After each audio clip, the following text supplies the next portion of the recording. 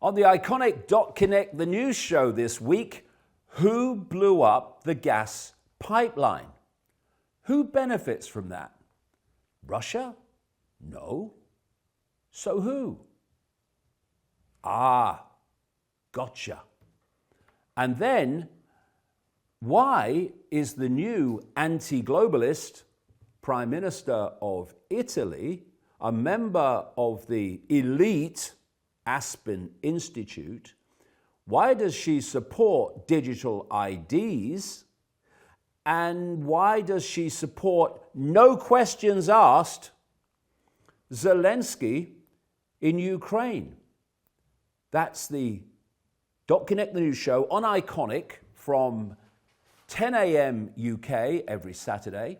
And you can have a free trial with Ickonic anytime you want.